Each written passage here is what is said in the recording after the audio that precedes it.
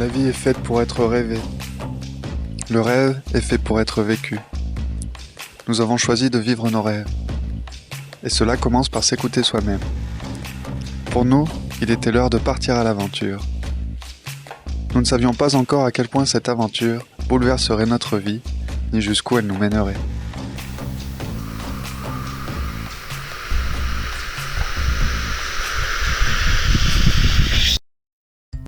Tout a commencé il y a quelques années dans une ferme de la Lomagne gersoise où, avec un groupe d'amis, nous avons tenté de vivre au plus près de nos valeurs et de notre environnement. Nous avons vécu là durant 3 ans, pendant lesquels nous avons soigné notre petit bout de terrain, appris certains outils du vivre ensemble et mis un pied dans la paysannerie. Avec Arthur, nous sommes tombés amoureux et notre jeune couple avait envie de voyage. Nous avions le désir d'apprendre davantage sur les thèmes du vivre ensemble, des techniques de soins alternatives, de la production de plantes médicinales ou de la permaculture. Notre voyage suivrait donc ces fils conducteurs en prenant le soin comme point de départ. Soin des hommes, du corps, mais aussi de la terre. Quand on a des animaux, il est compliqué de partir en voyage. Nous avons donc trouvé la solution, partir avec eux. Enfin, pas tous bien sûr. Ceux qui pourraient profiter du voyage autant que nous.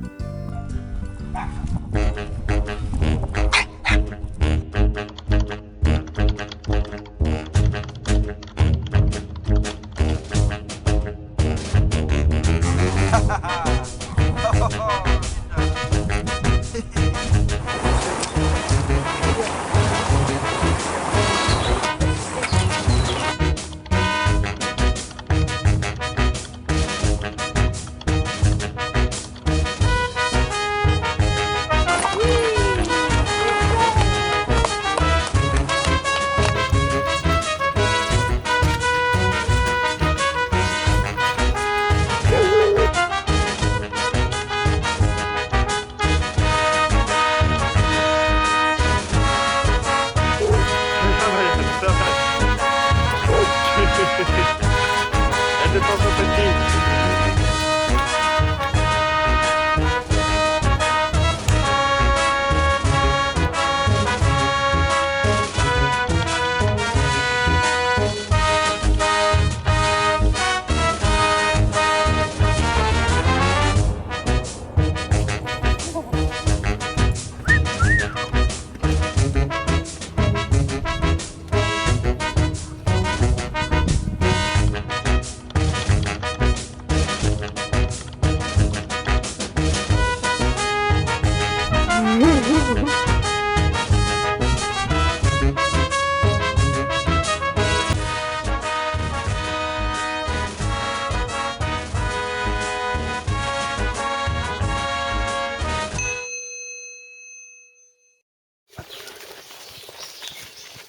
T'es prêt mon chien? Gladys, t'es prête?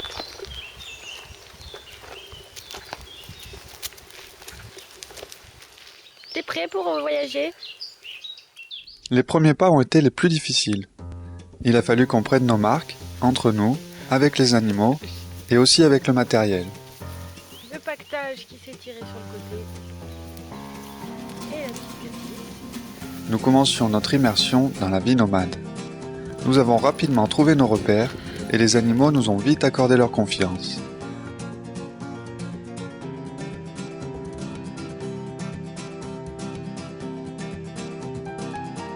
Arrivés dans la première ville, c'est un nouveau monde qui s'est ouvert à eux et qu'il leur a fallu apprivoiser. Après quelques jours de marche, nous avons fait notre première étape à la Marquette.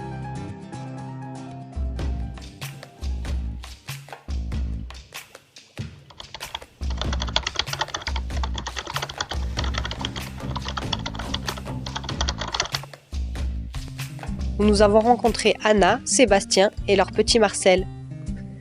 Nous sommes leurs premiers woofers et c'est pour nous notre première expérience de woofing. Nous avons l'impression d'être chez des amis et nous nous entendons très bien avec eux. Ils sont dans un petit coin de paradis, produisent surtout de l'ail, mais aussi des potimarrons et de l'oignon, en bio évidemment, et vivent en famille avec non loin de là la ferme des parents d'Anna qui font partie des pionniers de la bio dans la région. Nous avions prévu de rester chez eux quelques jours seulement, mais finalement nous avons dû repousser la date car Fernandel a fait une rencontre qui a changé un peu nos plans. Ce coquin s'est fait mal, à force d'essayer de sauter sur des ânesses beaucoup trop grandes pour lui. Pendant plusieurs jours, notre compagnon aux grandes oreilles a eu droit à des massages et des soins aux plantes que j'avais préparés dans notre trousse à pharmacie naturelle.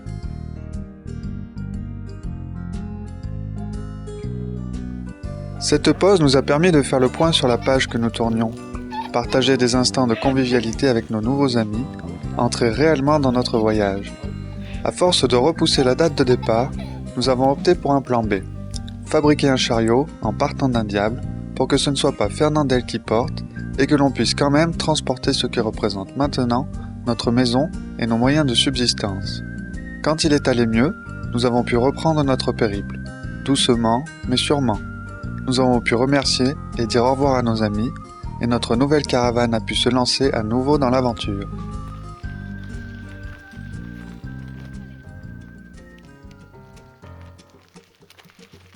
Les problèmes ne se sont pas fait attendre, notre roue a éclaté au bout de 4 km et j'ai attrapé une grosse installation en allant en chercher une de rechange. C'était donc un faux départ. Et nous avons trouvé un superbe endroit pour reprendre nos forces et nos esprits.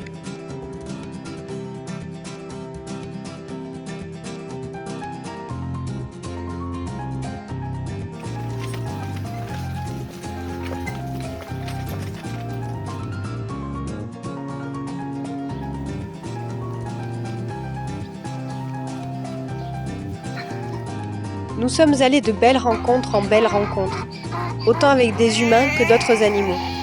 Fernandel s'est même rencontré lui-même pour la première fois. Après un mois, nous avons enfin réussi à quitter le Gers qui apparemment avait du mal à nous laisser partir. En passant dans les Landes, nous nous sommes arrêtés chez Fred, art thérapeute, chez qui nous avons pu faire évoluer notre chariot et ainsi surmonter de nouveaux obstacles. Un peu avant d'arriver à la prochaine étape et après 3 jours de marche sur le bitume, Gladys s'est mise à boiter. Nous lui avons confectionné une petite chaussure remplie de plantains et juste après, nous sommes arrivés à Malaussane, dans la ferme d'Émilie et Damien.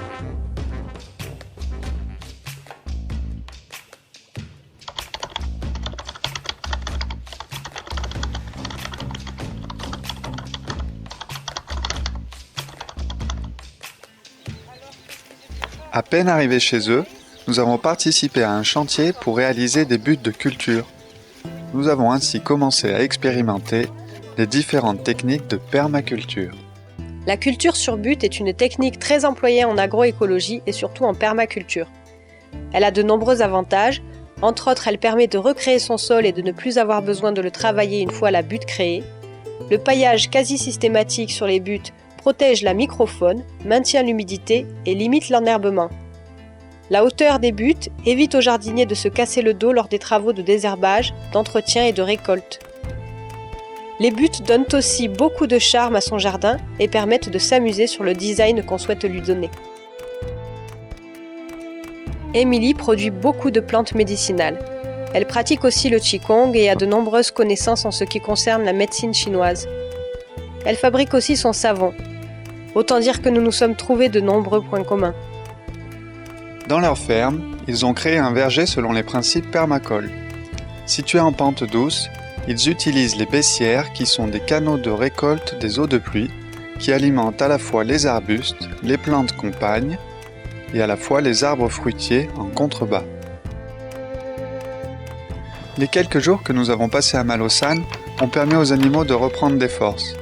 Ils nous ont permis de partager des moments de convivialité avec nos hôtes et les autres volontaires qui se trouvaient sur place. Oh, une petite salle. Un grand merci à eux et à bientôt.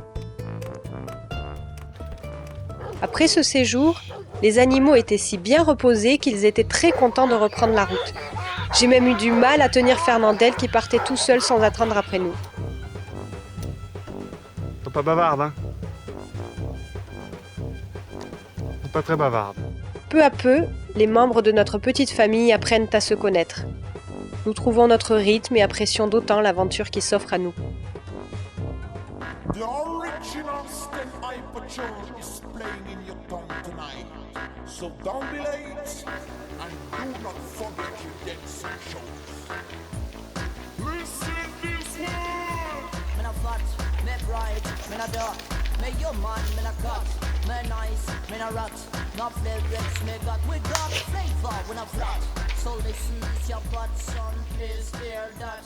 Me large, me na fat, me na dark, me C'est plus grand que la tour Eiffel, ça c'est sûr. Bon allez, on va se préparer à grimper. C'est à partir de là qu'ont débuté les montagnes. Nous avons rejoint non sans mal le Pays Basque et entamé notre traversée des Pyrénées. Arthur tirant les 70 kilos de chariot en plus de son sac à dos pour ne pas recharger Fernandel. Tout au long de la marche, nous avons continué de faire des rencontres incroyables.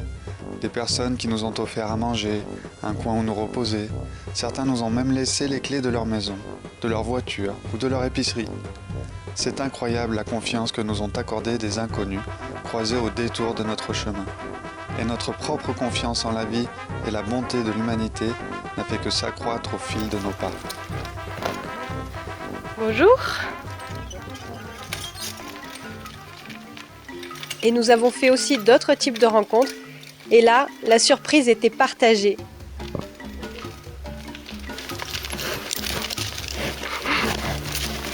Doucement. C'est pas la cocotte, hein.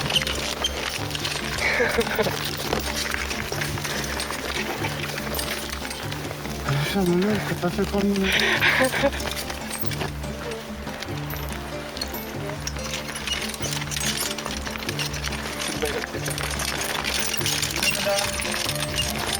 Dis bonjour, coucou. Bah, vaut mieux pas trop dire bonjour, quoi. Attends, on est à l'avance. À l'avant, chérie. Payat, il fait pas. Payat, tu veux pas passer, mon chien? Non, moi je me barre.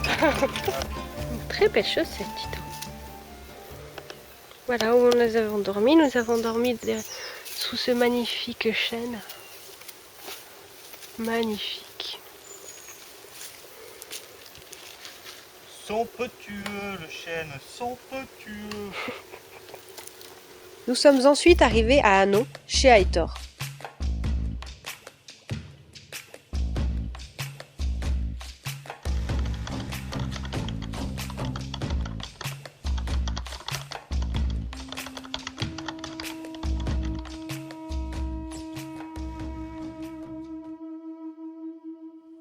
Plus nous nous approchions, plus nous nous en prenions plein les yeux. Il nous a fait visiter son petit coin de paradis, son terrain plein de belles médicinales, surtout celles qui poussent localement, mais des variétés particulières, sinon celles qui poussent en sauvage, il préfère aller les récolter, sauvages. Des aquilées, des guimauves, des mauves, des menthes, des soucis, des monardes, toutes aussi belles les unes que les autres. Nous étions ravis d'être là et de pouvoir profiter du lieu quelques jours. C'est la menthe marocaine. Elle est envahissante. Mais bon, je laisse envahir. Comme ça, ça m'évite de la cultiver. Et j'ai juste à récolter. Nous l'avons aidé à monter son abri, où il allait bientôt pouvoir installer tous ses outils qui ne se plaisent pas à l'extérieur. Nous avons discuté des heures entières, en travaillant ou en buvant des tisanes à côté de sa caravane. Il nous a expliqué sa vision de la vie. Si on a confiance en elle, elle nous apporte ce qu'il nous faut quand il faut. Il faut juste percevoir les cadeaux et savoir les accepter. Il cultive ses plantes avec une grande compréhension du monde végétal, en observant. C'est un autodidacte. Pour lui, il faut essayer. Chaque plante étant différente, chaque milieu aussi, il faut essayer et observer. C'est ça le secret. Il communique avec ses plantes, mais ce n'est pas de la communication verbale. Il passe tout par l'intention. C'est ça qui compte pour lui. Mais le principal, c'est qu'il n'y a pas de règles. Chacun fait avec ses propres outils, ses propres techniques. Et c'est réussi. Ces plantes sont vraiment magnifiques. L'ortie aussi, c'est une des plantes qui est très demandée. Ah ouais? J'arrive pas à faire forcément suffisamment pour l'année. Ah bon? L'ortie. C'est un peu mal de ne pas avoir assez d'ortie. Ouais, l'ortie. Alors qu'il y en a partout et que les gens pourraient se la récolter eux-mêmes. J'ai le cas d'un agriculteur fromager. Ouais. Et à chaque fois, chez moi, il y a plein d'orties, tu peux venir ramasser. Ils passent régulièrement m'acheter un pochon de 150 grammes d'ortie sèche parce qu'ils en boivent tous à la maison. D'accord. Et il y a plein là. Ouais, On est là pour ça, parce que les gens, ça les rassure quand c'est quelqu'un, un professionnel qui le fait. Voilà. Ça les rassure quand c'est toi qui le fournis, alors qu'ils vendent l'ortie partout. Ben voilà, il y a des plantes comme ça qui me donnent un petit peu de mal, mais c'est des indispensables. Si tu n'as pas de verveine, Ouais. t'es pas un producteur de plantes. Quoi.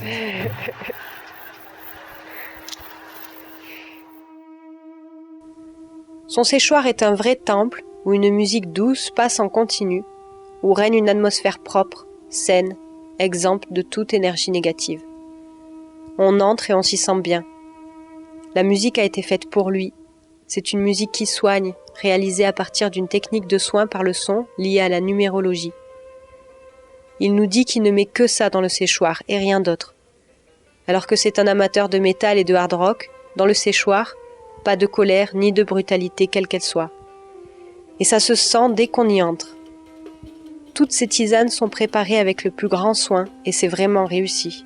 J'en ai rarement vu d'aussi belles.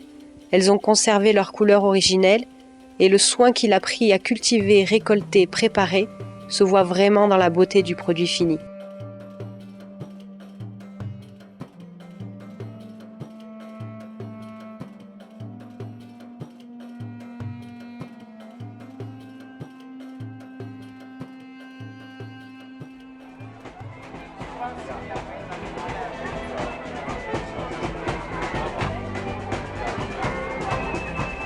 Ça a déjà son petit succès comme ça. Il y a tout plein en ce moment, c'est la floraison, ça commence vers mai, début juin. On commence à sécher. Ça, c'est la photo de prise en pleine nature. Après cette riche expérience avec Aitor, nous avons quitté les chemins de Saint-Jacques, qui étaient pourtant très confortables, pour prendre le GR10 et atteindre l'Espagne. La montagne ne s'apprivoise pas aussi facilement, et le chariot a lâché. Par chance, nous étions au pied de la ferme Ereka, dans laquelle nous nous sommes arrêtés pour le réparer. Un malheur n'arrivant jamais seul, Gladys s'est fait gravement mordre au museau, et nous avons frôlé le drame. Nous avons donc attendu quelques jours, afin de veiller à son rétablissement. Puis nous avons décidé de reprendre le chemin.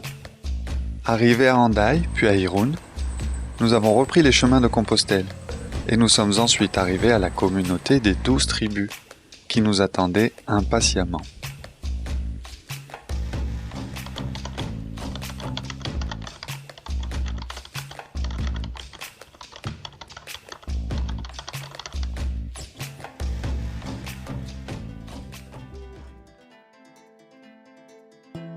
Tout le monde s'est empressé de venir nous accueillir et ils nous ont tous entourés, curieux de voir arriver chez eux cette drôle de caravane. Nous avons vécu dans la communauté pendant un peu plus d'une semaine et nous avons rencontré là-bas des gens formidables. Nous nous sommes bien adaptés à leur mode de vie. Lever vers 5h30, réunion à 6h avec les chants et parfois des danses, puis des réflexions autour de la Bible. Le mode de vie des premiers disciples. Au début, on se sentait un peu étranger à ça, n'ayant eu ni l'un ni l'autre d'éducation religieuse, mais notre ouverture d'esprit nous a permis d'accepter leurs croyances et d'écouter avec attention leurs enseignements. Après les prières et le petit déjeuner, chacun partait à sa tâche. D'abord la traite des vaches, ensuite celle des chèvres. Pour certains, c'était direction le jardin ou la serre. Ils avaient en effet de nombreuses cultures, comme par exemple des tomates, poivrons, oignons, haricots, mais aussi du maïs, quelques médicinales.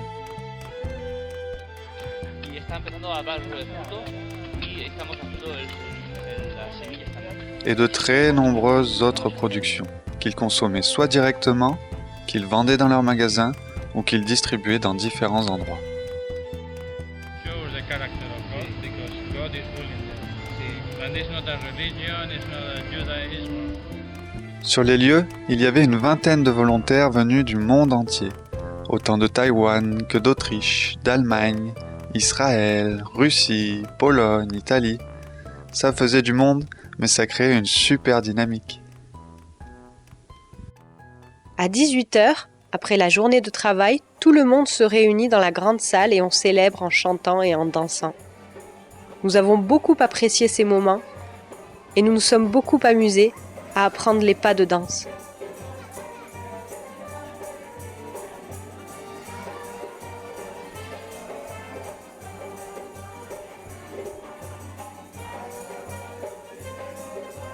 Le vendredi soir, une célébration particulière était donnée pour l'entrée dans le Shabbat, le jour de repos.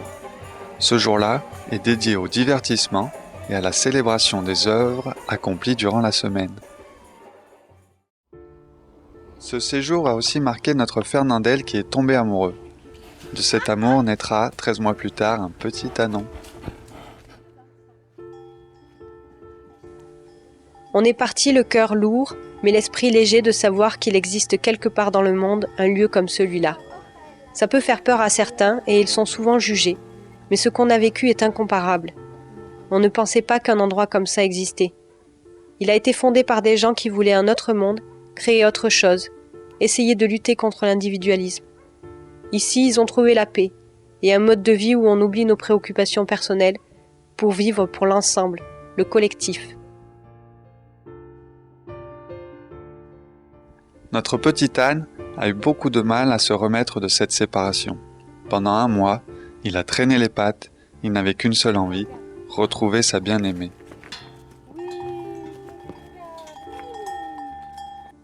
Nous avons continué notre marche par les chemins de Compostelle, le Camino del Norte. Les semaines s'écoulant au bord de la côte avec le soleil au rendez-vous, ça nous a fait beaucoup de bien après avoir passé une grande partie de l'été sous la pluie.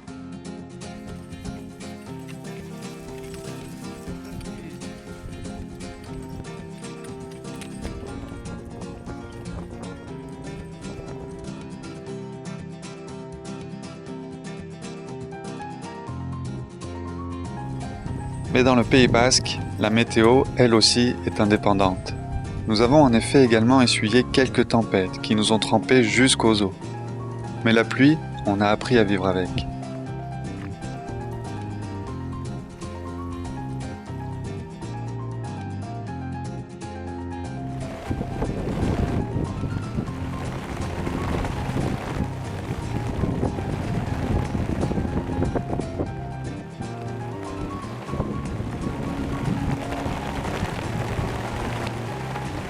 Ok. Faites à l'abri.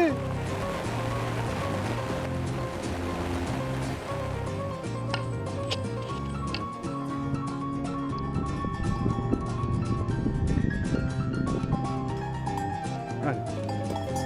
Ouais. C'est le plus fort.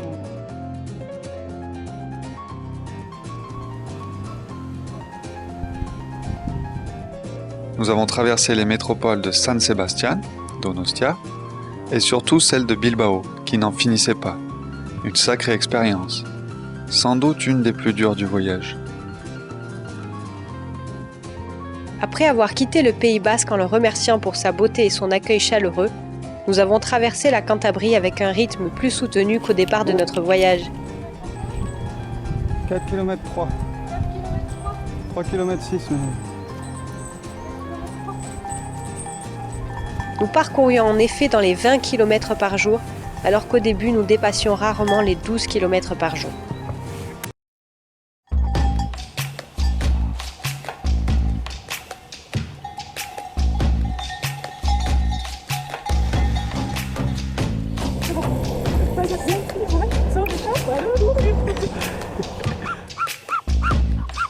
Partout où nous passions, notre caravane faisait sensation. Autant auprès des bipèdes que des quadrupèdes.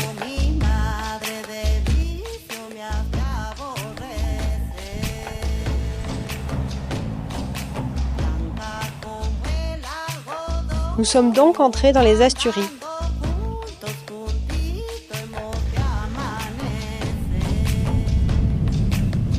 cette belle province que nous avons parcourue entourée d'un côté par la mer Cantabrique et de l'autre par les Picos de Europa qui la surplombent dignement. Arthur a foulé la terre de ses grands-parents et nous sommes passés par les villages où ces derniers ont vécu une grande partie de leur jeunesse.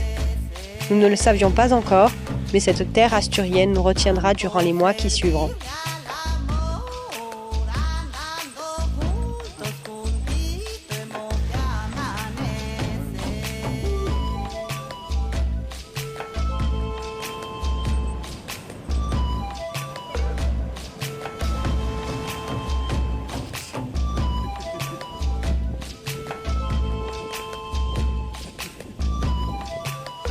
Notre périple asturien nous a fait renouer avec le relief duquel nous nous étions quelque peu éloignés depuis les Pyrénées.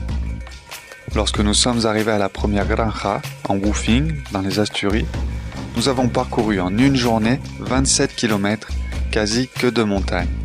C'était pour nous un exploit. C'est alors que nous sommes arrivés près de Pola de Siero, au Paraíso Asturias.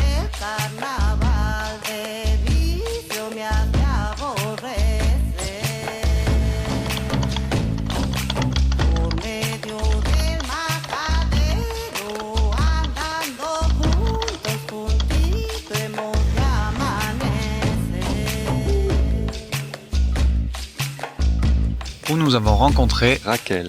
Sur les lieux, il y avait son camion caravane, sa yourte, un dôme en construction, une très jolie serre, une zone de maraîchage avec des buts de culture.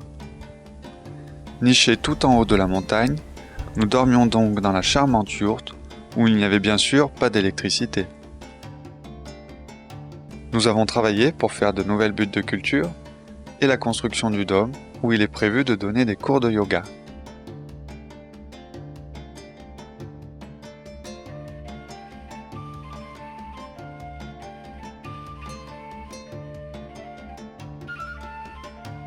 Raquel pratique aussi le Reiki et le soin énergétique. Après être passé par chez elle, nous devions rejoindre la communauté d'Ichuchu où elle avait vécu quelques années. Qu'est-ce que c'est ça, Coucou? Qu'est-ce que c'est ça?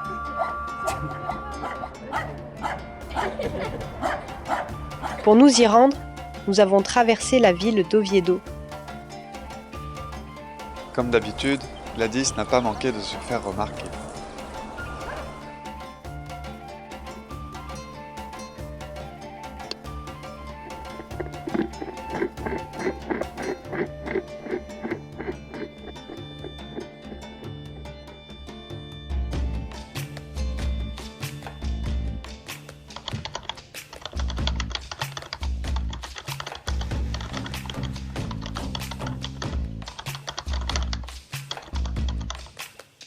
Avant d'arriver dans la communauté, nous en avions déjà entendu parler à plusieurs reprises. La description que nous avions eue sur Internet nous avait attirés, et les termes de jardinerie divine, souveraineté alimentaire, autogestion et permaculture ont titillé notre curiosité et nous avons donc voulu voir ce qu'il s'y passait. Le terrain est parsemé de petites constructions en bois, en paille ou en torchis. L'électricité est générée à partir de panneaux solaires vieux de plus de 20 ans. À Ichuchu, nous sommes considérés comme des voluntarios especiales, car nous restons longtemps et avons une suite de luxe chauffée et indépendante. Nous vivons en fait dans la forêt, dans un conteneur aménagé. Nous avons donc le bénéfice d'un nid en dur, ce qui nous change de la toile de tente. Nous n'avons pas l'eau potable ni l'eau chaude, mais nous avons l'électricité dans notre chambre. Ichuchu se présente comme une association écologiste dont le fondateur principal est Aurelio. Lui et Anna, sa charmante compagne, ont récemment donné naissance à la petite Angelina. Aurelio est le responsable de la gestion des espaces et le principal décisionnaire de la communauté. Il est aussi la figure d'autorité des lieux, et bien que cette position lui soit parfois reprochée, il a su mener la barque toutes ces années. D'autres habitants occupent les lieux et chacun d'eux est responsable d'un domaine spécifique. Charlie s'occupe des brebis, Inma de la base, Paola du maraîchage, Ruben de la construction et Luis de la maintenance. Valiente est l'élément incontournable de la communauté. À 76 ans, il travaille toujours entre 10 et 14 heures par jour, se lève à 5 heures du matin et déplace des troncs d'arbres que 2 gars normaux ne peuvent même pas bouger. Il a beaucoup à nous apprendre et ne manque pas de nous le faire savoir. Il a eu un rôle primordial dans la conservation de la céréale locale appelée Escanda, car il a retrouvé des semences datant de son arrière-grand-père et à force de multiplication, a redonné vie à ce genre de blé longtemps oublié. Estaba parado y digo, mira qué estaba haciendo. Estaba grabándome a mí que estaba arando una tierra.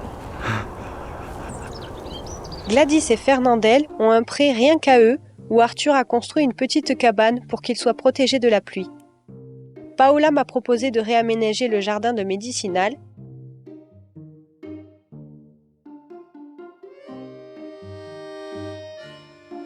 Arthur s'est vu proposer de se joindre au projet de construction du site. Nous avons donc accepté l'invitation avec plaisir et avons décidé de rester sur les lieux pour passer l'hiver et éviter ainsi de vivre et dormir dehors dans cette région froide et montagneuse. À Ichuchu, nous avons donc rencontré des gens que nous n'oublierons jamais et qui resteront nos amis. Nous avons aussi beaucoup appris, notamment en ce qui concerne les pratiques paysannes, comme par exemple la culture du maïs,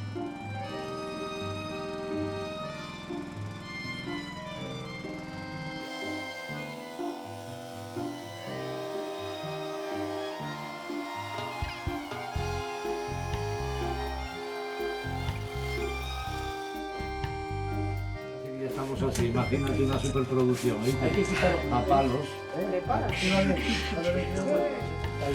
Y solo y eso, solo y es para hacer eso. Sí, pero hay que arrancar y no dejar que para arrastrar llegue. Bueno, hay otra manera de arrastrar, pero da más trabajo. Y hay que buscar bares. Mira. l'élevage de brebis et de chevaux semi-sauvages,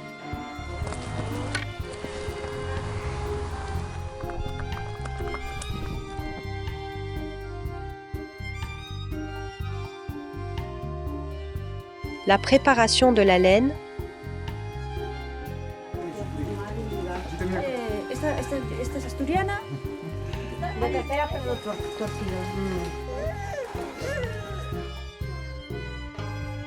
et les techniques de maraîchage traditionnel asturien.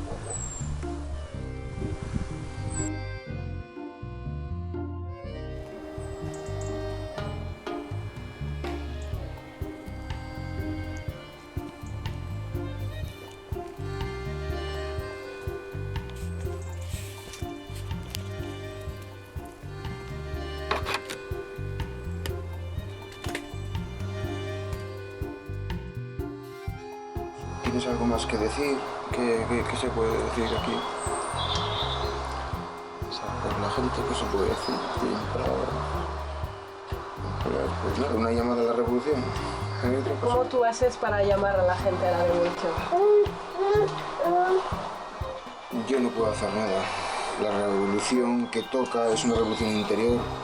Todo el mundo tiene que atender a la llamada. La llamada no es de ningún humano que diga ahora, es una llamada que viene del planeta y toda la gente tiene que captarla. Y son llamadas encriptadas y hay que desenmarañar esa llamada para reconocerla. El planeta está llamando a la gente para que haga algo, pero la gente no escucha. Entonces es una cuestión de las personas. Yo no puedo hacer nada, nadie puede hacer nada, ¿vale? Ya es una cuestión de cada uno. Desde la clase política algo se podría hacer, pero todos vemos que están los políticos, estamos jodidos. Y entonces voy a intentar alcanzar a describir lo que es Isuzu. Pero antes no puedo menos que decir algo que todo el mundo debería de saber y creo que es la primera piedra para cambiar las cosas. Y es que el capitalismo está destruyendo el mundo.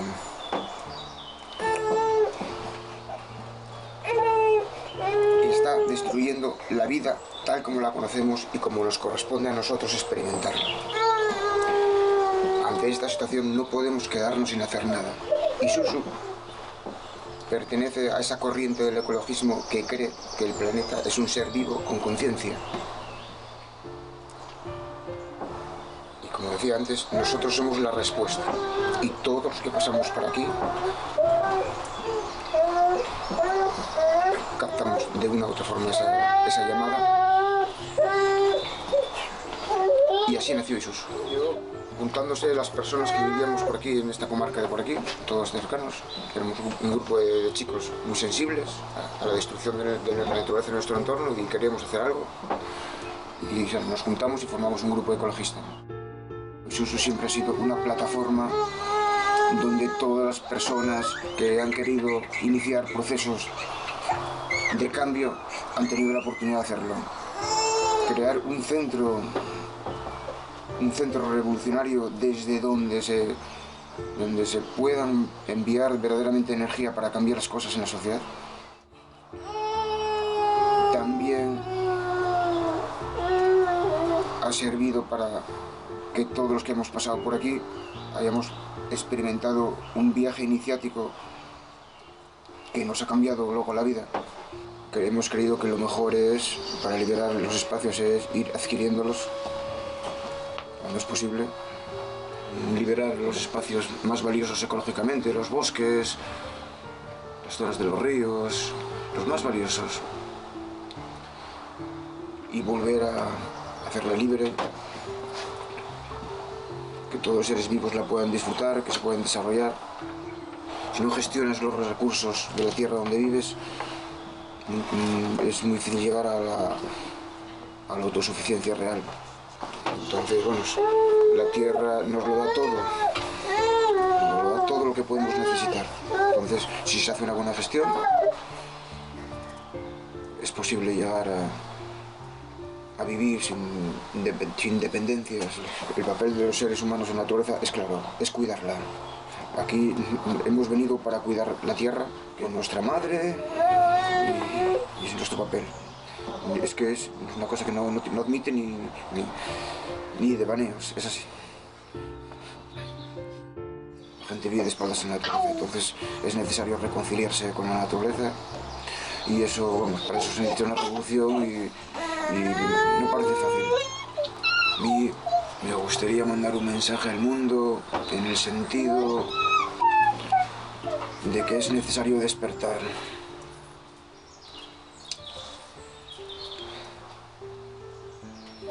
Hay tanto sufrimiento y tanto dolor en el mundo que, joder, es necesario despertar. Este sistema no sirve y nosotros individualmente tenemos todo el poder, solamente tenemos que tomar conciencia de las cosas. Hay 1000 formas de comprometerse en esta sociedad.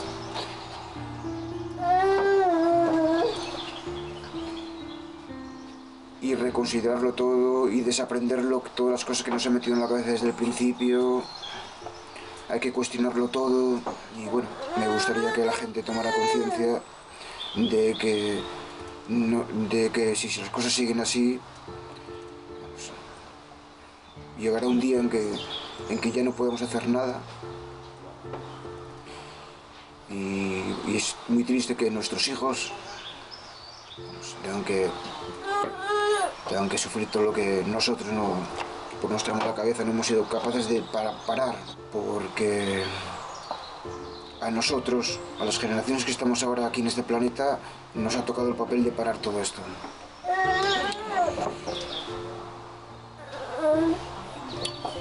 Y nada más. Que te gusta ser protagonista, ¿eh?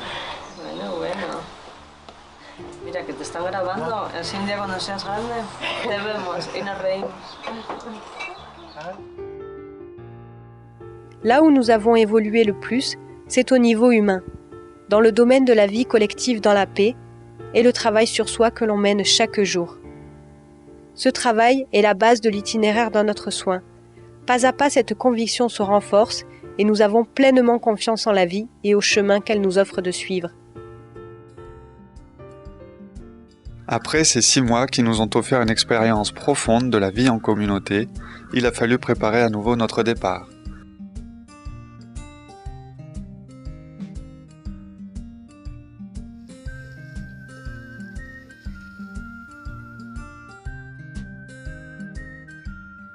Nous sommes partis d'Ichuchu, une boule dans la gorge, de dire au revoir à notre nouvelle famille, mais une grande hâte de retrouver notre vie de nomade. 6 mois de pause, c'est long, autant pour nous que pour les animaux. Ils étaient d'ailleurs super contents de reprendre la route et nous l'ont montré en marchant à toute vitesse, l'air heureux.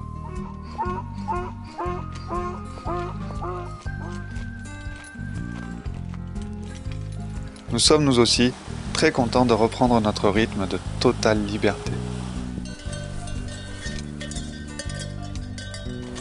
Nous sommes passés voir la famille d'Arthur près de Grado et nous avons ensuite rejoint la côte atlantique où nous avons retrouvé les sublimes plages avec la plus grande joie.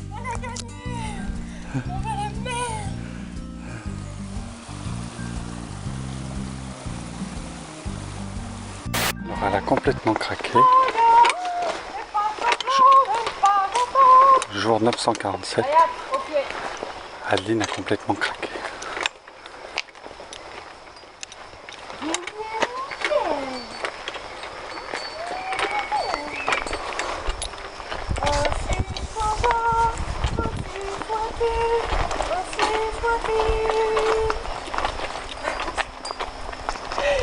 J'ai vu le paparazzi là. Ça va pas marcher.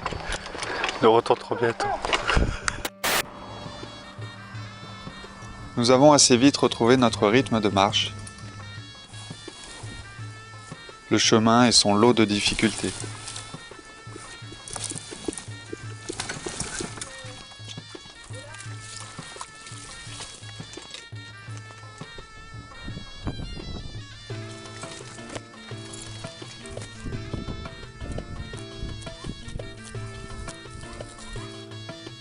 Peu de temps après, nous quittions les Asturies pour arriver en Galice.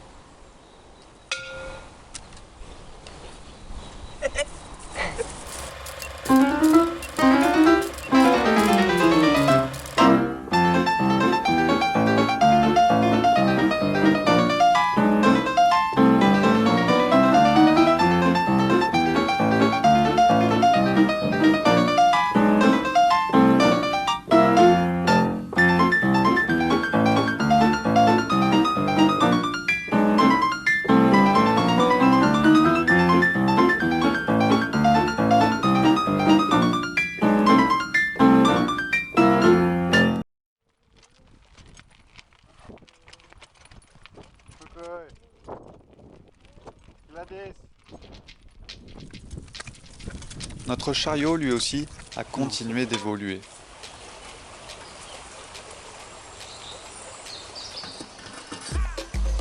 Regarde, là, ça va jusque là. Oui.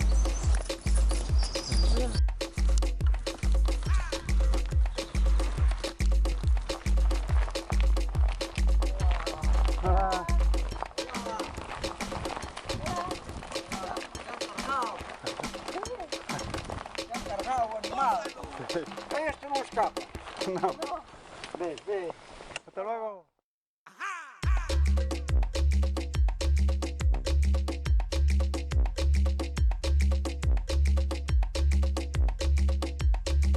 Comme nous empruntions toujours les chemins de Compostelle, plus nous nous approchions de la ville vers laquelle toutes les chaussures de pèlerins se dirigeaient, plus nous sentions l'effervescence de l'arrivée dans l'air.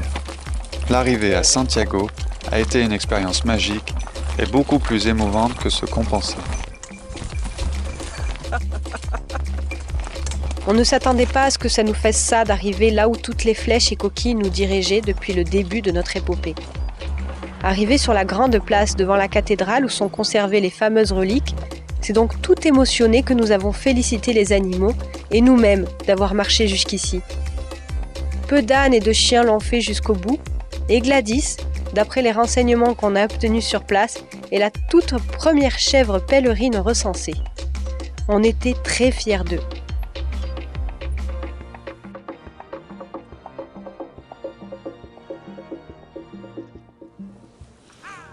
En tout cas, le chemin, c'est un monde à part. Ce pèlerinage nous a transformés. Au départ, nous l'avions suivi par confort, sans mesurer sa réelle portée. Petit à petit, nous nous y sommes attachés, et l'envie de l'accomplir s'est imposée. Aujourd'hui, nous le respectons et connaissons sa force.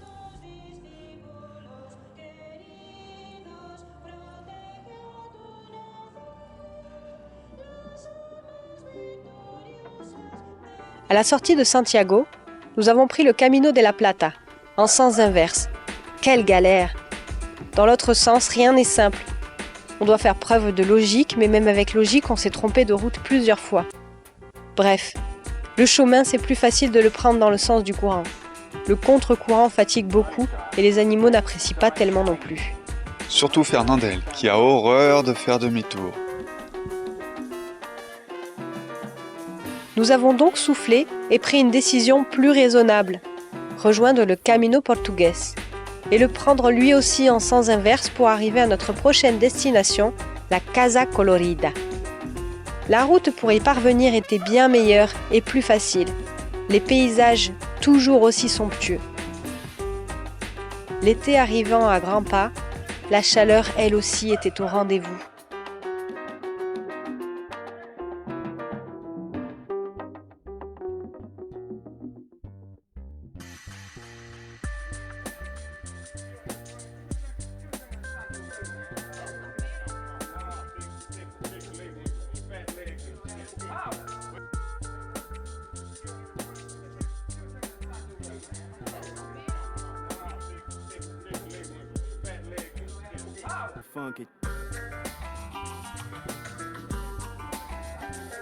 C'est dans la petite ville côtière de Nigran, en Galice, il y a quelques années, qu'a vu le jour le projet de la Casa Colorida.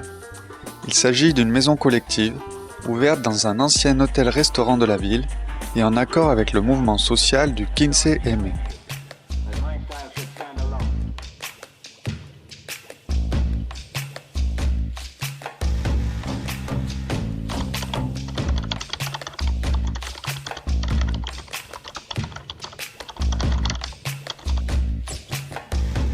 Cet ancien hôtel appartient à la famille de la principale fondatrice du lieu, Silvia. Il ne s'agit pas d'une occupation de bâtiment à proprement parler, bien que les activités et les manières de gérer la maison soient très similaires. La casa est aussi une résidence artistique, qui voit donc circuler un grand nombre de peintres, sculpteurs, musiciens et troupes de théâtre.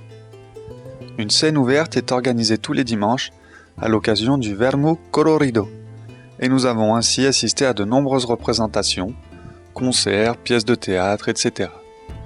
Un comedor popular ouvre les repas tous les jours à ceux qui veulent manger à la Colorida.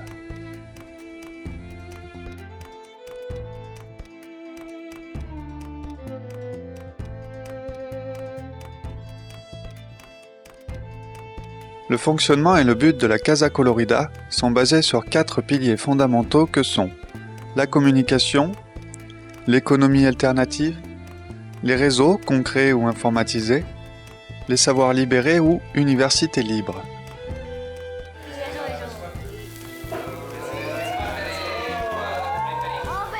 Este es un proyecto que ahora se sitúa en esta casa, pero nace como una voluntad de implementar y llevar a este territorio que es muy local todo un desarrollo de cultura libre. Cultura libre le podemos llamar un poco, por definirlo también, lo que consideramos cultura libre. Es el proceso de liberación del conocimiento, de las prácticas culturales y de la vida humana fuera del paradigma del copyright o de accesos cerrados, oscuros y ocultos. Nosotros intentamos llevarla a cabo en un ejercicio colectivo en este espacio y a través de unas frentes de trabajo y y unos aplicativos que le llamamos a todas las acciones que pueden desarrollar todo ese trasvase de la filosofía de cultura libre a cualquier ámbito, a la agroecología, a la crianza, a la vivencia, al sistema de conocimiento, de universidad o de trasvase de conocimiento.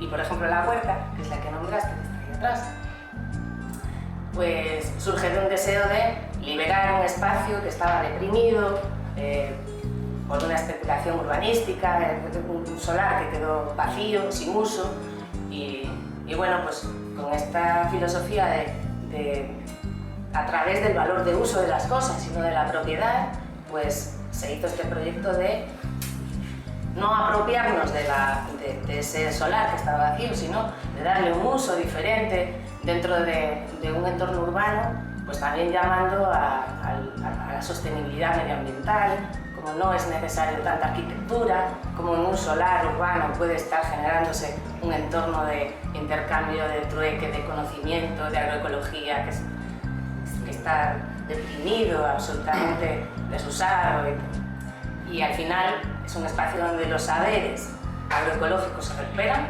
se llevan a una población que no lo vive, que no lo ve, excepto en los supermercados, lo tiene ahí, al lado de su casa, y también hecho de una forma colectiva, feliz, un entorno diferente de trabajo, donde bueno, pues las relaciones y la forma de trabajo es muy diferente a lo que toda esta sociedad en estos pisos y edificios vive, y es un poco traer al territorio otras formas de relación, otras muestras que no inventamos, que muchas veces recuperamos a un entorno urbano. Y ese es uno de los proyectos de la casa, hay muchos más.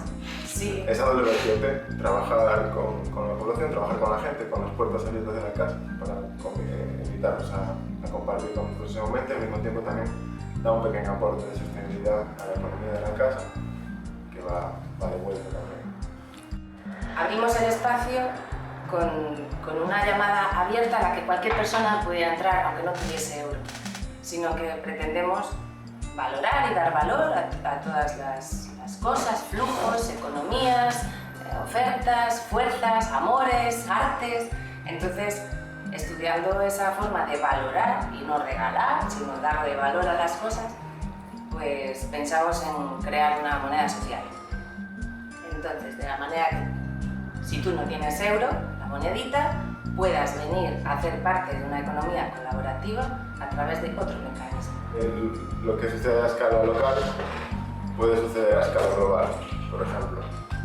Digamos que hay la necesidad de salir de las monedas fiduciarias, como se les considera, ¿no? Que son basadas se generan a través de deuda y el desempoderamiento de las personas, ¿no? Entonces, los estados, los bancos centrales que están por encima de los estados y no son democráticos, y por encima de ellos los intereses de capital de las grandes multinacionales, están definiendo lo que pasa en un país, lo que pasa en una población, lo que pasa fuera de esa convivencia, fuera de esa ética social y fuera de todo eso. Entonces eso es inaceptable ya más, porque está generando mucho caos, mucha crisis.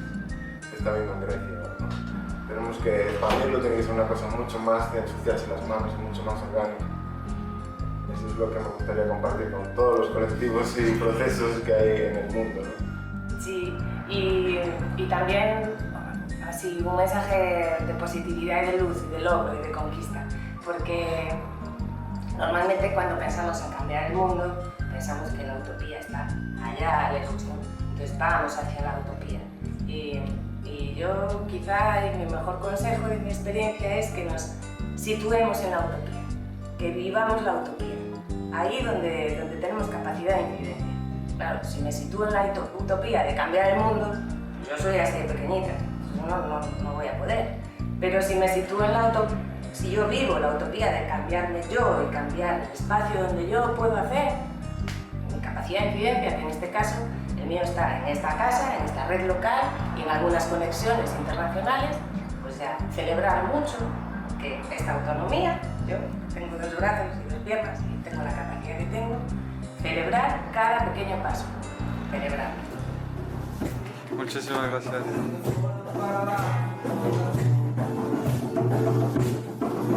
Como la verga, para rezar bien allá.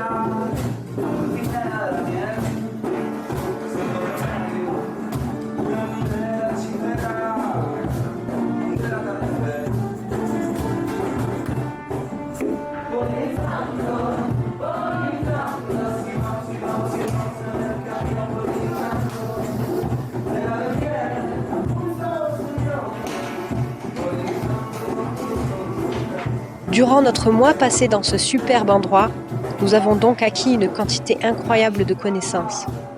Ce séjour nous a ouverts sur beaucoup de sujets et nous a permis d'entrevoir la réalisation fonctionnelle d'une utopie. Merci à la Colorida. Vous allez tous beaucoup nous manquer.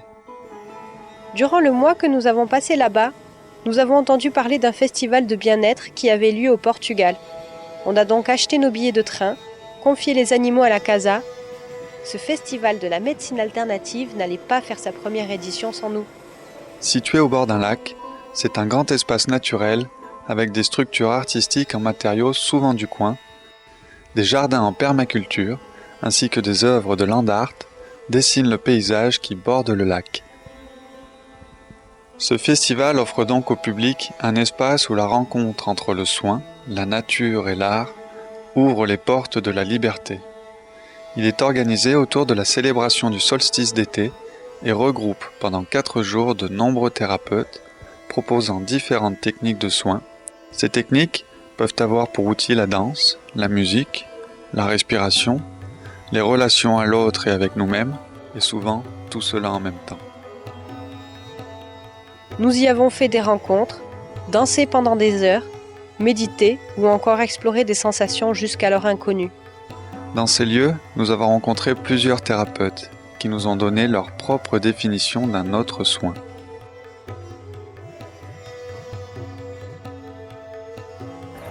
The pain gets stuck when we don't let the pain go. So we need to learn to let go, not to keep with us. So yoga meditation are good techniques to take. Massage, good technique. Because massage, you relax. Somebody else help you to let go. An healthy body is a body feeling good. Doesn't matter if you are flexible or not flexible, but you feel good. You stay with back straight, straight spine, open chest, and you are able to breathe in and out. Good air. Receiving good prana in and out of your body, and your body will feel good. It's not really important to practice yoga or meditation. You can feel good anyway. These are tools to help people who doesn't feel good to feel good.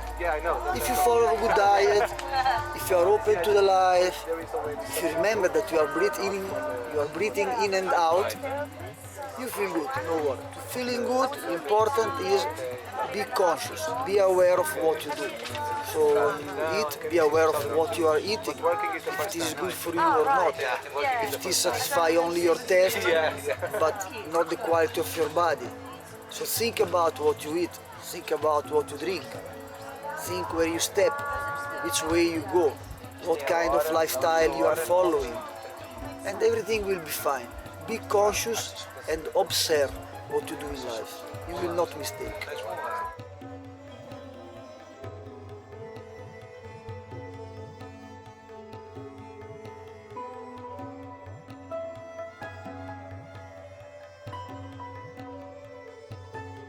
Ça m'intéresse que les gens deviennent autonomes.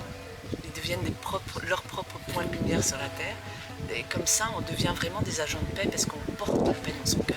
Et puis ça demande du courage aussi pour arrêter de blâmer, d'avoir ta parole impeccable, d'arrêter de dire c'est à cause de la société, c'est à cause de comment cette personne est, c'est à cause de comment cette situation est que je me sens comme ça. Non, c'est jamais à cause de, en dehors de soi qu'on se sent comme ça, c'est à cause de notre réaction à l'intérieur de nous, de notre programmation qu'on se sent comme ça. On ne transforme pas, on dissout.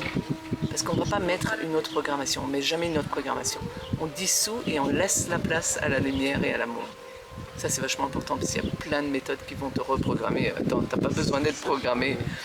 Si tu utilises des programmes pour fonctionner, tu vas fonctionner comme à partir de ton cerveau d'habitude, comme un automate. Tu n'as pas besoin. Un petit robot, il y en a suffisamment sur Terre.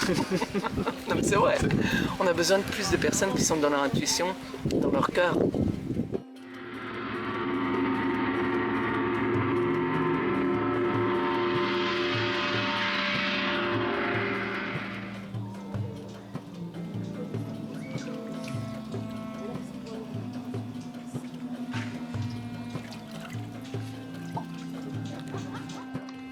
Be aware of ourselves, our body, is the biggest privilege in the universe. Honoring our body is the beginning of the life at the heart level. There is an expansion of love. Love expands to the other. And expand to the other, there is a reflect of love to ourselves. That's healing. That's healing ourselves and that's healing the other. Also healing the relation one and one. And there is something that was forgotten. That's Tantra text say, which is the divine in ourselves, the divine on the other. And it meets at this level, the heart level. Also, if we are in peace to ourselves and if we respect the other, if we see the divine in ourselves and if we see the divine in the other, how can we have war in this planet? It's the end of war.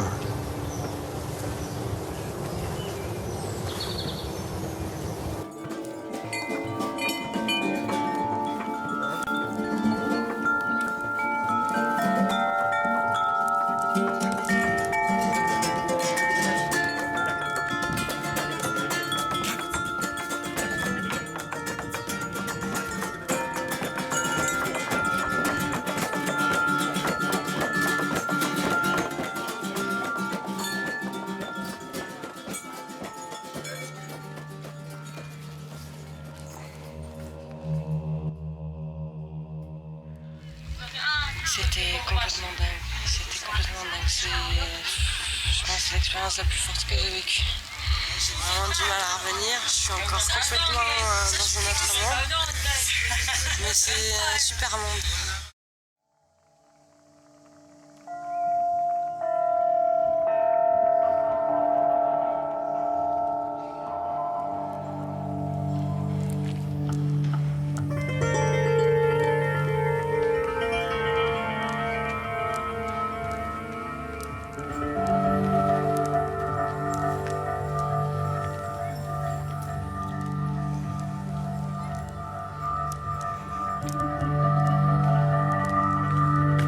Ce festival nous a donc apporté énormément, plus que l'on peut compter ici. C'est une expérience à vivre qui peut faire sauter les barrières et guérir les cœurs.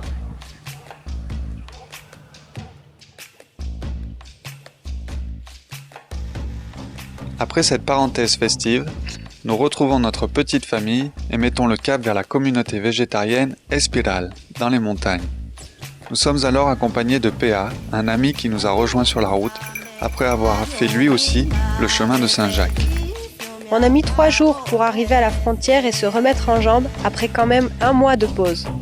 Lorsque nous avons traversé le pont frontalier, c'est plein de gratitude que nous avons dit au revoir à l'Espagne et dit bonjour au Portugal, ce pays que nous attendions avec un peu d'impatience.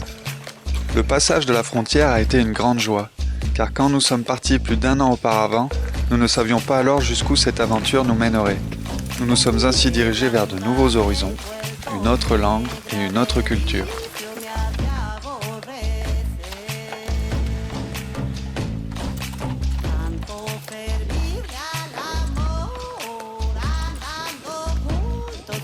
Les débuts au Portugal ont été très chauds, même caniculaires, et nous divisions la journée en 2 parties. Nous marchions le matin très tôt, puis reprenions la route en fin d'après-midi.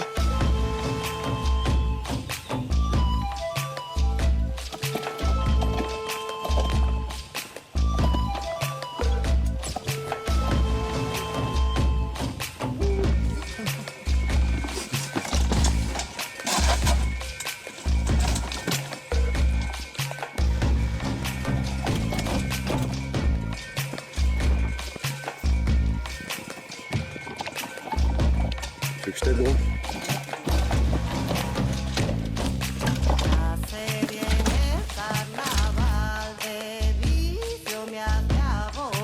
Et après une semaine de marche à nos côtés, notre ami PA nous a quittés pour rentrer en Auvergne, en nous laissant derrière lui des indications sur le chemin à prendre.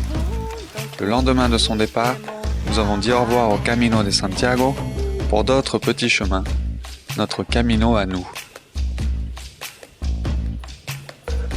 Nous avons alors fait un itinéraire grâce à des cartes militaires et nous avons aussi utilisé le GPS d'un téléphone que nous avions acheté d'occasion dans les Asturies. Ces méthodes se sont révélées être très efficaces et les petits chemins ainsi trouvés nous ont évité le stress des nationales.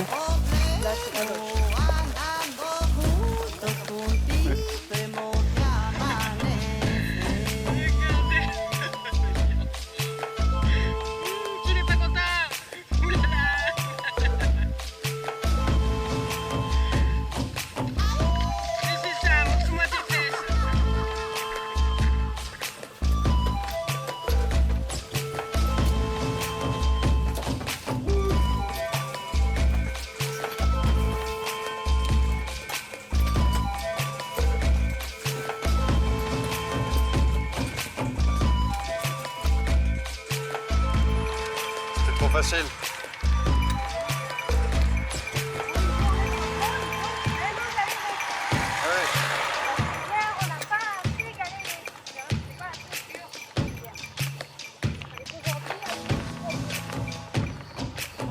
Ça se mérite.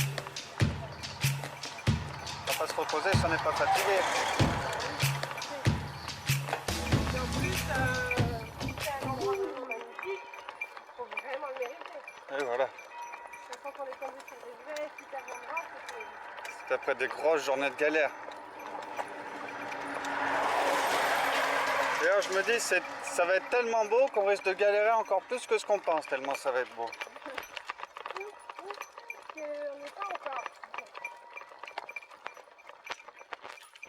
Une matinée nationale, c'est pas vraiment de la galère.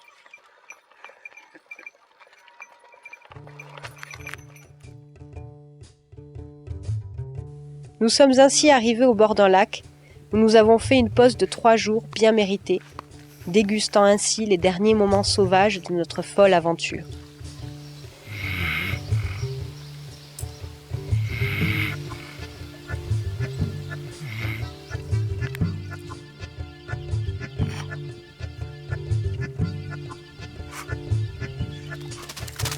Ces 3 jours au lac étaient 3 jours au paradis.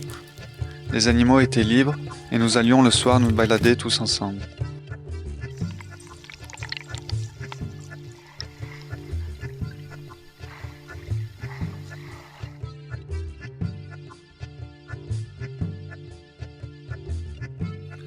Bivouaquer au Portugal est bien plus simple. Les gens nous conseillent, nous guident et la police nous demande si tout va bien au lieu de nous demander nos papiers. Ce pays nous a accueillis les bras grands ouverts et on a beaucoup apprécié tous les échanges qu'on a eus là-bas. Des instants très bons, très doux, la famille au complet jouissant d'être ensemble.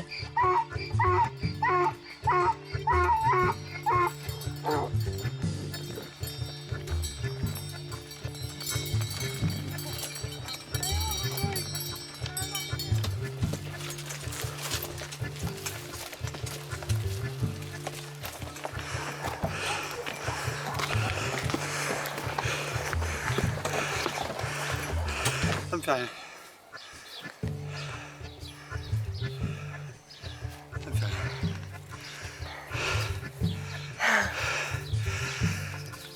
C'est joli.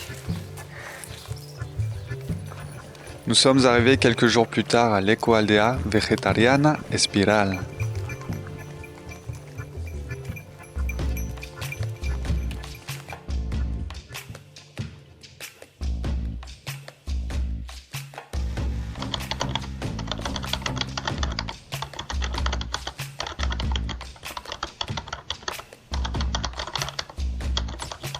Située dans les montagnes près de Cabeceiras de Basto, cette éco-aldea se trouve au bord d'une rivière très fraîche mais que l'on a bien appréciée avec la chaleur estivale.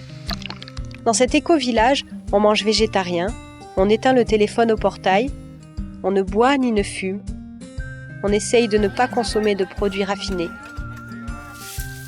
Bref, on entretient son corps et son esprit au mieux. Ici, on travaille le matin afin d'avoir les après-midi de libre pour les activités proposées par les uns et les autres. On a par exemple eu droit à des cours de flamenco avec Rosa, un atelier de massage thaï avec Maria,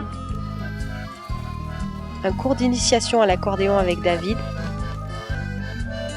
ou encore la visite des bords de la rivière avec Atsar.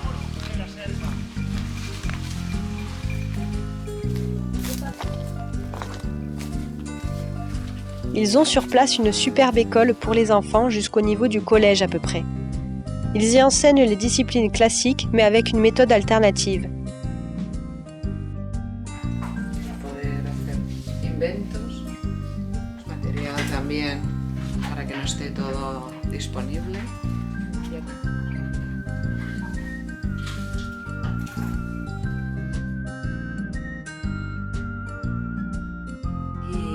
Pero aquí básicamente tenemos cosas de letras, ¿no?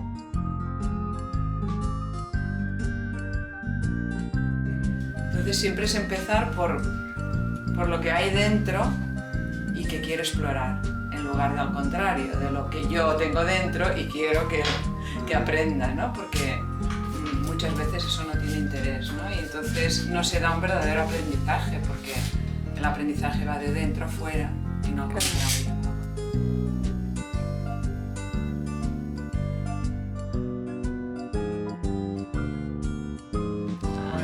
Me estaba explicando que quiere dar un aire de amor. Entonces que primero nos besemos. Vamos, que se va a ir la luz, tío. Y ya no habrá ni aire de amor ni aire de nada. Estáis muy guapo.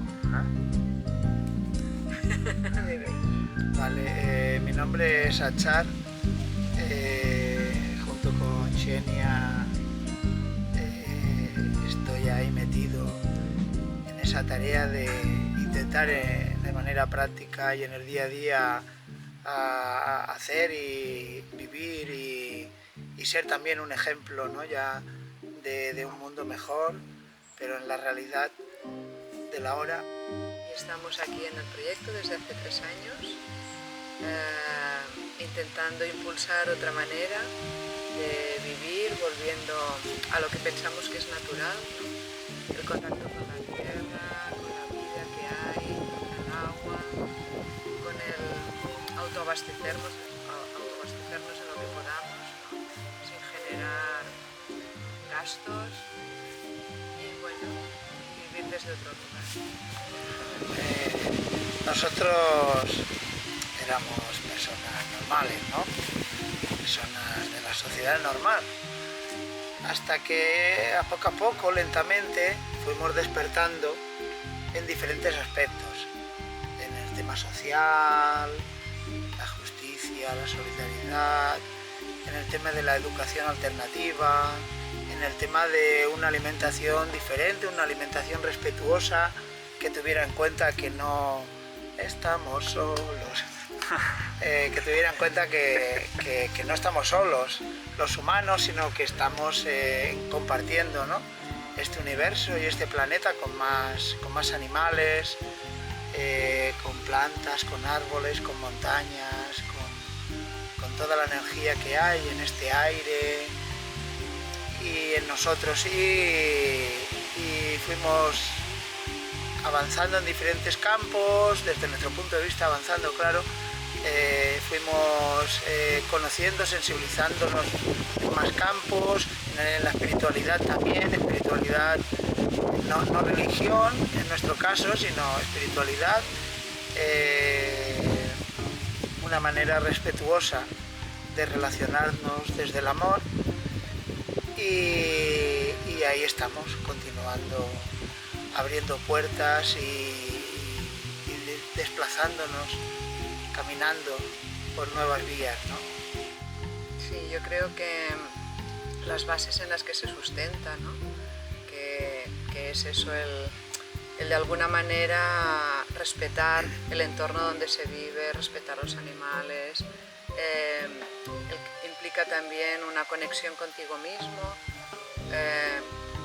pensar y saber que somos algo más que un cuerpo que está aquí realizando una tarea. Eso cuando las personas vienen, ¿no? y lo compartimos, es algo que va transformando, ¿no? Porque son cosas que quizá todos sabemos, pero en nuestro día a día olvidamos, ¿no? Quiénes somos realmente. Y yo creo que esa base es importante para una sanación, ¿no? Para una transformación. estar en contacto con la tierra y lo natural y saber que además de la tierra hay el cielo, ¿no? Por decirlo de alguna manera. Y bueno, eso. Yo creo que hay otra manera diferente y hay que experimentarla, hay que vivirla, hay que estar abiertos a que las puertas que están junto a nosotros, sin miedos, la abramos y empecemos a caminar por ellas. Bueno, para mí sería como que es bueno estar atento, ¿no? Poner atención y poner conciencia, y eso poco a poco ya va transformando, ¿no? Ya te permite ver más cosas que no te habías dado cuenta y por tanto nuevas vías por donde explorar. Eso sería. On a bien échangé avec les uns et les autres et on est très heureux que la vie nous ait permis de faire ces belles rencontres et de passer quelques jours dans ce coin de paradis. Avant le départ, nous avons fait une despedida, qui consiste en un moment collectif où tout le monde se réunit pour échanger sur son expérience avec le départ de quelqu'un. C'est un moment de partage intense et qui peut aussi être un moment drôle et festif.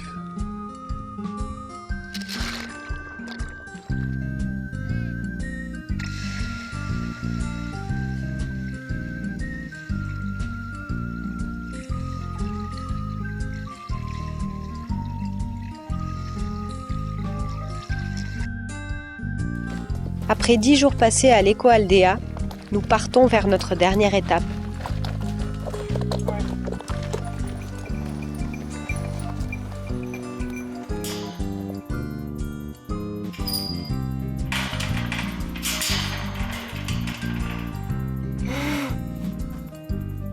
Pourquoi?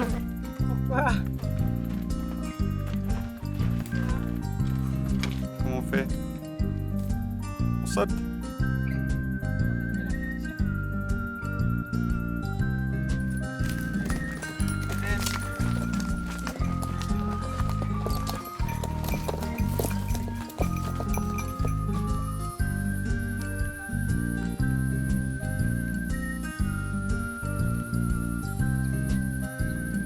C'est notre dernier jour de marche. Vous êtes prêts? Vous êtes prêts les animaux? Hein? C'est la dernière fois qu'on se charge comme ça? Hein? Bonne route les animaux, profitez bien de votre dernier jour. Bonne route mon amour.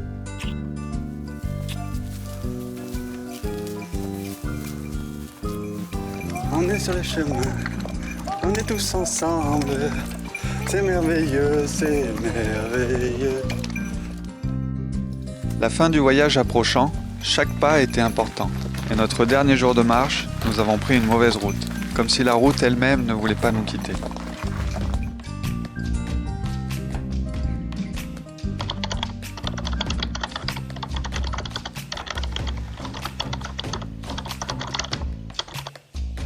Dans ces montagnes portugaises, il y a une productrice de plantes aromatiques, médicinales et de fleurs comestibles. C'est Isabelle.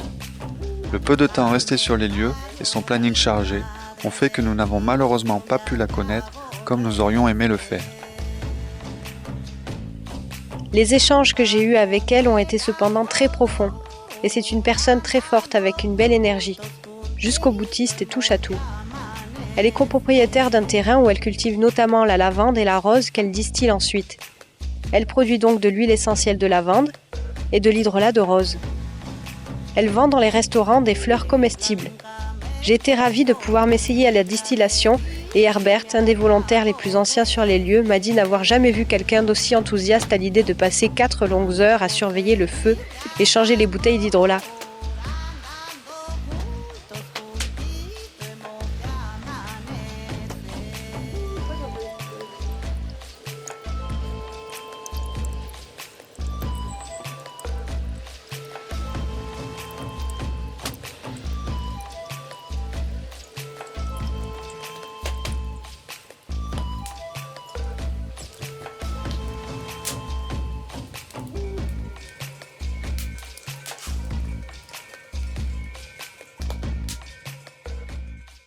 C'est un espace, pour moi, c'est un projet de vie.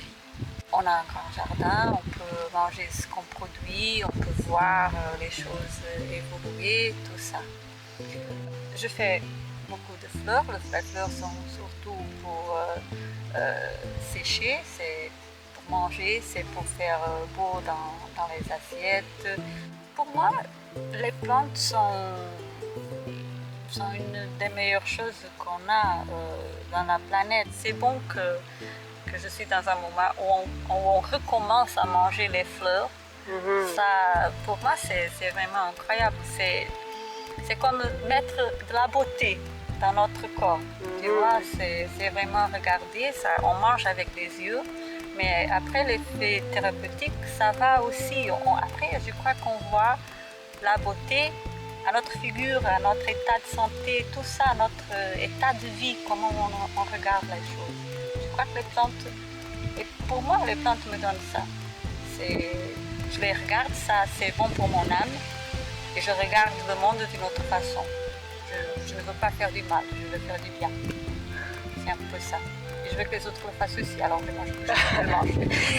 C'est un peu ça. Nous sommes intégrés à ça.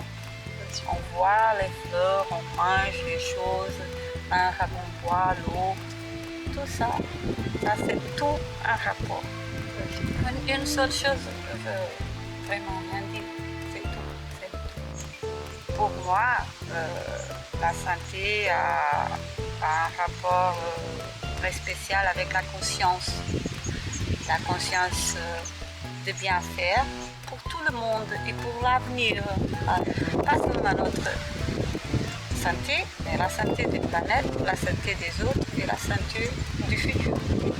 Alors il faut faire d'une façon consciente, la conscience vraiment de ce qu'on fait dans ce monde ici, la connexion des choses, c'est pas seulement nous, c'est nous, les autres, tout, les plantes, le sol, l'eau, tout. Merci beaucoup, Isabelle. Très bien. C'était un plaisir. Oh là. Voilà. Au bout de 6 jours, Arthur est vite parti pour aller en France récupérer la voiture, louer une remorque pour amener toute la petite famille en engin motorisé. Oui, cela même que nous avions jusque-là évité. On a dû se faire à cette idée. Le retour définitif pour la France ne se fera pas à pied, étant donné qu'il nous faudrait 1 an de plus pour le faire.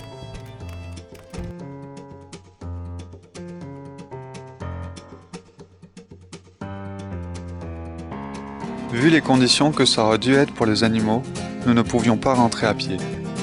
La nourriture se faisait rare, l'été dans le sud commençant à faire disparaître toute l'herbe qui les avait nourris sans problème jusque-là. Mais près de 2000 km à pied est décidément une belle prouesse que nous sommes très fiers d'avoir réalisée, et magnifiquement accompagnée en plus. Après avoir passé notre dernière nuit dans la tente, nous partons tôt. Nous avons la chance de voir Isabelle avant notre départ. Nous prenons la route. Adeline fait quelques centaines de mètres de chemin dans la remorque avec les animaux pour les rassurer. Cela nous a fait une étrange sensation de prendre un véhicule, de se dire qu'en 2 jours nous allions parcourir ce qui nous avait pris plus d'1 an à pied. C'était un peu décalé avec notre réalité.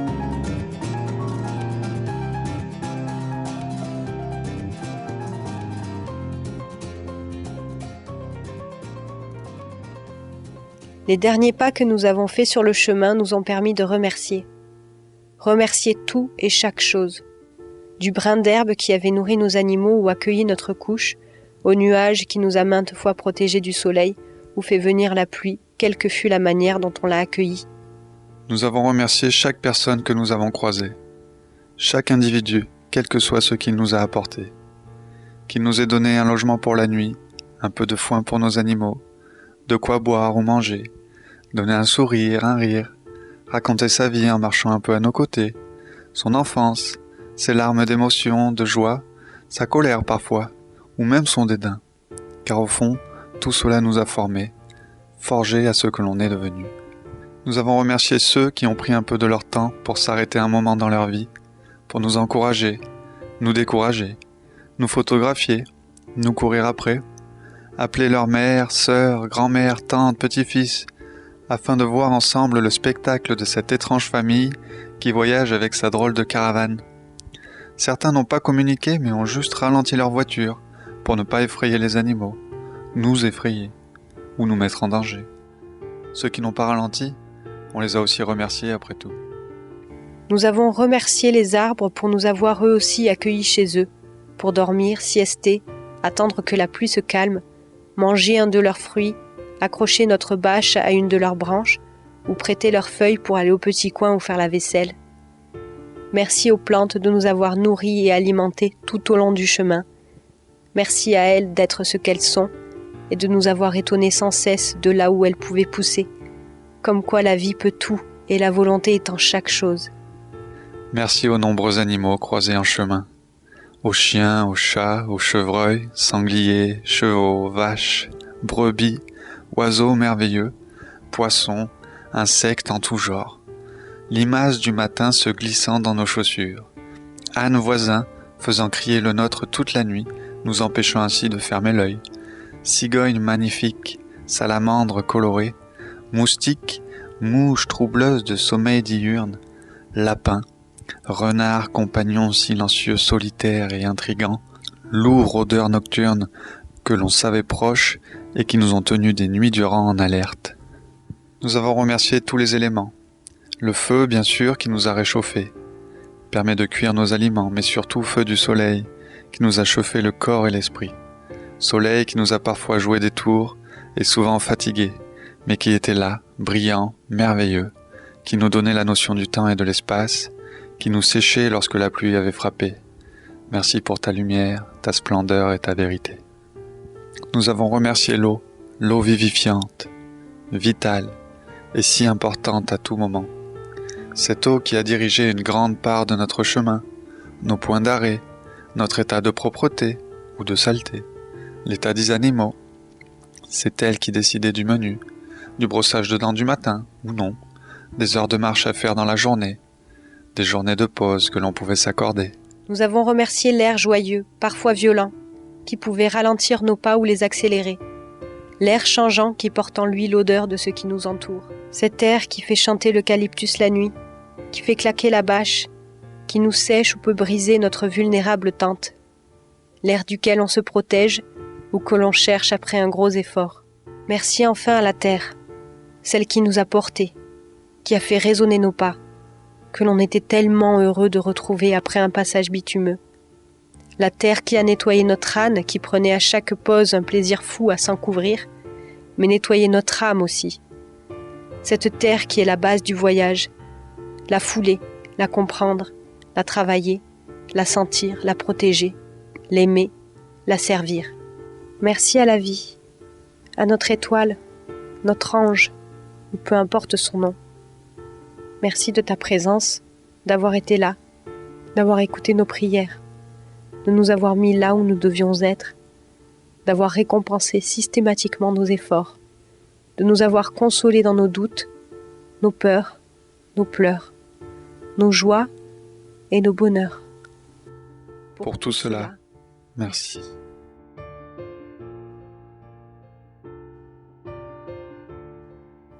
La vie est faite pour être rêvée. Le rêve est fait pour être vécu. Nous avons choisi de vivre nos rêves. Vous aussi, si vous rêvez votre vie, tâchez de vivre les vôtres. Vous serez toujours accompagné. Et surtout, continuez de prendre soin.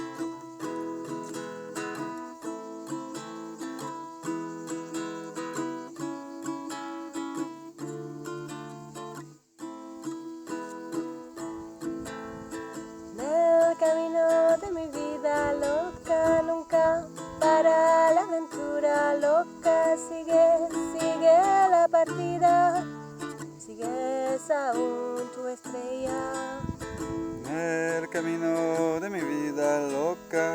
En esta mochila es tu casa que te lleva la vida entera, no pesa casi nada. Sigue ser bueno camino de vida. El camino de mi vida loca, el hambre y el frío no me cansa el alma. Mi corazón se calienta cuando el tuyo me mira. El camino de mi vida. El camino de mi vida loca, loca, para la aventura loca, que sigue la partida, sigues aún tu estrella, sigues aún tu estrella.